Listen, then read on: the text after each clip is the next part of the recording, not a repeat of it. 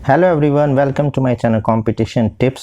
आज जो हम पोएम करेंगे उसका टाइटल है क्रो एंड लाइट्स, यानी कि कौवे का नीचे उतरना, जिसे लिखा है टेड ह्यूज ने। इनका पूरा नाम था एडवर्ड जेम्स ह्यूज, जिनका बर्थ हुआ था 17 अगस्त 1930 को यॉर्कशायर इंग्लैंड में, और डेथ हुई थी 28 अक्टूबर 1998 लंदन इंग्लैंड में। और ये 68 ईयर तक जिए और इनकी मृत्यु हुई थी हार्ट अटैक से। इनकी स्पाउस थी, दो स्पाउस थी इनकी। एक थी सोविया प्लैथ, अमेरिकन पोइट थी, और इन्होंने सुसाइड किया था, और उसके बाद उन्होंने दूसरी शादी करी थी कॉरल ऑर्चर्ड से। इनका ऑक्यूपेशंस क्या है? ये इंग्लिश पोइट हैं, प्ले राइटर हैं, ट्रांसलेटर हैं और चिल्ड्रन राइटर हैं। अवार्ड्स की बात करें तो इन्हें white red book of the year award मिला है 1998 के लिए, उनका बेस्ट वर्क के लिए, जिसका नाम था tales of orbit.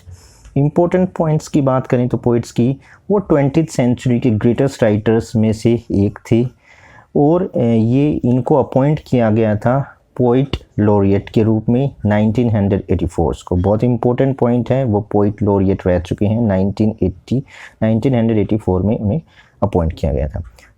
The time ने उसे रैंक किया है फोर्थ लिस्ट में 50 ग्रेटेस्ट ब्रिटिश राइटर सिंस 1945 सी। और उनकी जो पत्नी, जैसे मैंने पहले बताया कि सोविया प्लैथ ने सुसाइड किया था, जिसके बाद उन्होंने उसके लिए 2 पोइम्स लिखी थी, जिसका नाम था the howling of wolves and the song of a rat. और वो इन्फ्लुएंस थी विलियम ब्लेक से, जॉन डन से, हॉकिंग से और टी.एस. एलियट से। उन्होंने प्रोस में और पोइट्री दोनों लिखी बच्चों के लिए। ख़ास तौर पर उनकी जो वर्क था द आयरन मैन, वो काफ़ी सक्सेसफुल था, और वो उन्होंने ख़ास तौर पर अपने बच्चों के लिए ही लिखा था जब उनकी माँ सोविया प्लैथ ने सुसाइड किया था। वो काफ़ी इनोवेटर थे, और उन्होंने अपनी पोइटिक वॉइस और पोइटिक टेक्निक को एनिमल सिंबल्स के रूप में प्रेजेंट किया था, जैसे कि ये पोएम भी है। इनके मेजर वर्क हैं Lupercal, keywords, flowers and insects, the hawk in the rain, birthday letters, the thought fox, snowdrop, pike, view of a pig, hawk roosting और एक्सेट्रा। अब हम पोएम स्टार्ट करते हैं। ये पोएम ली गई है उनके collections crow from the life and song of the crow से, जो 1970 में पब्लिश हुई थी। अब हम इस पोएम की लाइन बाय लाइन समरी देखते हैं, तो चलिए स्टार्ट करते हैं। और इस पोएम का प्रोटोगोनिस्ट है एक कौवा, जो हमें इस चीज़ों के बारे में बता रहा है। अब है Crow saw the herded mountain streaming in the morning। Poet यहाँ बता रहा है कि एक क्रो के बारे में जिसने बहुत सारे पहाड़ों को देखा, और ये पहाड़ उसे जानवरों के झुंड की तरह दिखाई दे रहे थे, जिस पर सुबह की धुंध छाई हुई थी, जो एक स्ट्रीम की तरह लग रही थी। And he saw the sea। फिर क्रो ने एक समुंदर को देखा जो बहुत ही डार्क लग रहा था अपनी गहराई और पानी के रंग की वजह से, मानो समुंदर की जो रीड हो वो डार्क कलर की हो गई है। जब समुंदर गहरा होता है जहाँ पर, तो वहाँ पर पानी की अधिकता के कारण वो गहरा दिखता है। डार्क स्पिन, जैसे कि बता दिया कि and he saw the sea dark spin, यानी कि उसकी रीड की हड्डी जैसे काली हो गई हो। With the whole earth in its coil। और ये दुनिया गोल गोल घूमकर उसमें समाई हुई है। ऐसा लग रहा है कि समुंदर ने पूरी पृथ्वी को घेर लिया है या ढक लिया है। ये ऐसा दिखाई देता है जैसे कि सांप अपने शिकार पर कुंडली मारे बैठे हुए, यानी कि क्योंकि धरती पे ज़्यादा पानी है तो उसको इस तरीके से उसने एक्सप्रेस की है अपनी फीलिंग को। He saw the stars fuming away into the black mushroom of। उसने तारों को देखा जो टिमटिमा रहे थे, और फिर टिमटिमाते हुए अंधेरे में गुम हो गए, गायब हो गए। क्योंकि जब तारे, हवा चलती है या कुछ क्लाइमेट ऐसा होता है तो हम देखते हैं जो तारा हम देख रहे थे वो कुछ देर में लुप्त हो जाता है, नहीं दिखता। तो उसको भी ऐसा ही लगा कि वो जो तारे देख रहा था वो अंधेरे में गुम हो गए। Fuming away into the black mushroom of the nothing forest clouding their spores the virus of God. अब यहाँ पे जो वह तारे मशरूम की तरह दिखाई दे रहे थे, जो निर्जन मतलब खाली और बंजर जंगल में उग गए हों, जो सिंबल होते हैं डिके के, उसके होल्स जो सुराग थे वो ठीक से दिखाई नहीं दे रहे थे इन मशरूम्स के, वह पूरी तरह से भरकर क्लाउडी हो गए, क्लाउडी जैसे लग रहे थे। ये देख पोइट कहता है कि ऐसा लग रहा है जैसे गॉड ने हमें कोई वायरस दिया हो या नेचर्स बहुत डेंजरस दिखाई पड़ रहा है। यानी कि यहाँ पे जो क्रो है वो एक नेचर्स को बहुत ही खतरनाक तरीके से एक्सप्लेन कर रहा है, खतरनाक हमें प्रेजेंट कर रहा है। And he shivers with the horror of creations. कौवा ये देखकर, ये गॉड की क्रिएशन को देखकर कांप उठता है, डर जाता है, क्योंकि यह नेचर बहुत ही डरावना है, उसे इससे डर कर कपकपी सी छूट जाती है।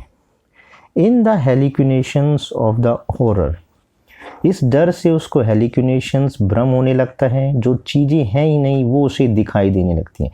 क्योंकि हेलिक्यूनेशंस में हमें भ्रम होता है, हमें कोई आवाज़ होती है वो सुनती नहीं, तो ऐसे उसको भ्रम हो गया, जो चीज़ें थी ही नहीं वो उसको दिखने लग गई। अब वो क्या क्या दिखी वो हमें अगली लाइन्स में पता चलेगा। He saw this shoe with no sole rain शोडन।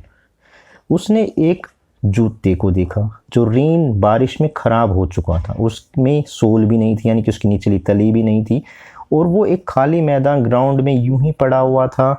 यानी कि उसने एक बेकार से जिसकी एक शू देखा जिसके अंदर तली नहीं थी, और वो ऐसे ही बारिश में ख़राब होकर एक ग्राउंड में खाली मैदान में पड़ा हुआ था। लेइंग ऑन ए मूर मतलब एक खाली ग्राउंड में पड़ा हुआ था। And there was this garbage can bottom rusted away.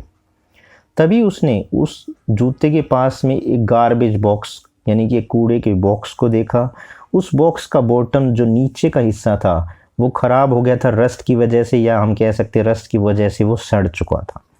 A playing place for the wind in a waste of puddles. और अब वो गार्बेज बॉक्स स्मॉल पाउंड एक छोटे से तालाब के गंदे पानी में पड़ा हुआ था।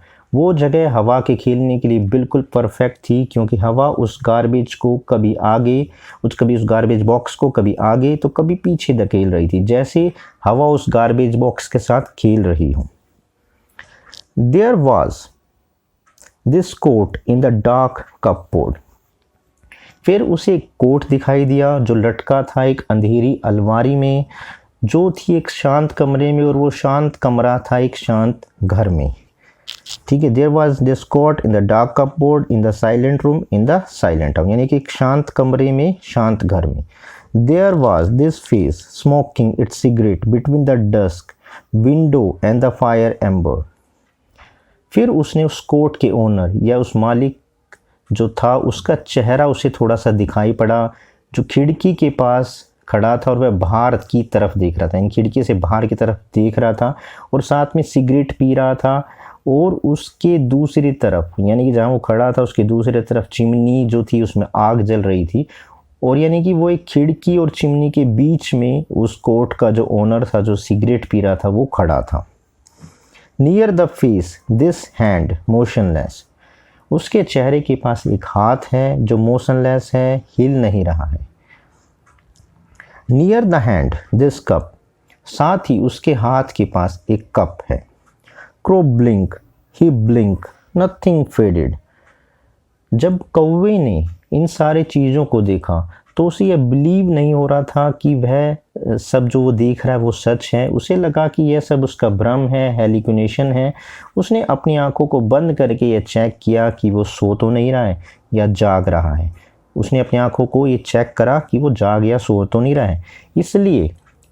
इसके लिए उसने अपनी पलकों को झपकाया, एक बार फिर झपकाया, लेकिन कुछ नहीं बदला, जैसा था वैसा ही रहा। इसका मतलब ये था कि जो वो सच सब देख रहा है वो सच है, कोई हेलिक्यूनेशन नहीं है। He started at this evidence nothing escaping nothing could escape. उसे उस सच्चाई को देखा जो उसके सामने थी। नेक्स्ट लाइन का है, कुछ भी उससे दूर नहीं जा सका, कुछ भी उससे बच नहीं सका। तो इन लाइनों में हम ये मान के चल सकते हैं कि पोइट ने गॉड को कंपेयर करा, यानी कि गॉड से न कुछ दूर जा सकता है न उससे कुछ बच सकता था। गॉड की नज़रों से कुछ बचना नामुमकिन है। इससे हमें पता चलता है कि क्रो के पास कोई सुपरनैचुरल पावर थी। तो ये थी क्रो एनलाइटमेंट चैड ह्यूग्स की लाइन बाय लाइन समरी, इसके क्वेश्चन आंसर लेकर मैं नेक्स्ट वीडियो में आपसे मिलता हूँ। तब तक के लिए हैव ए नाइस डे।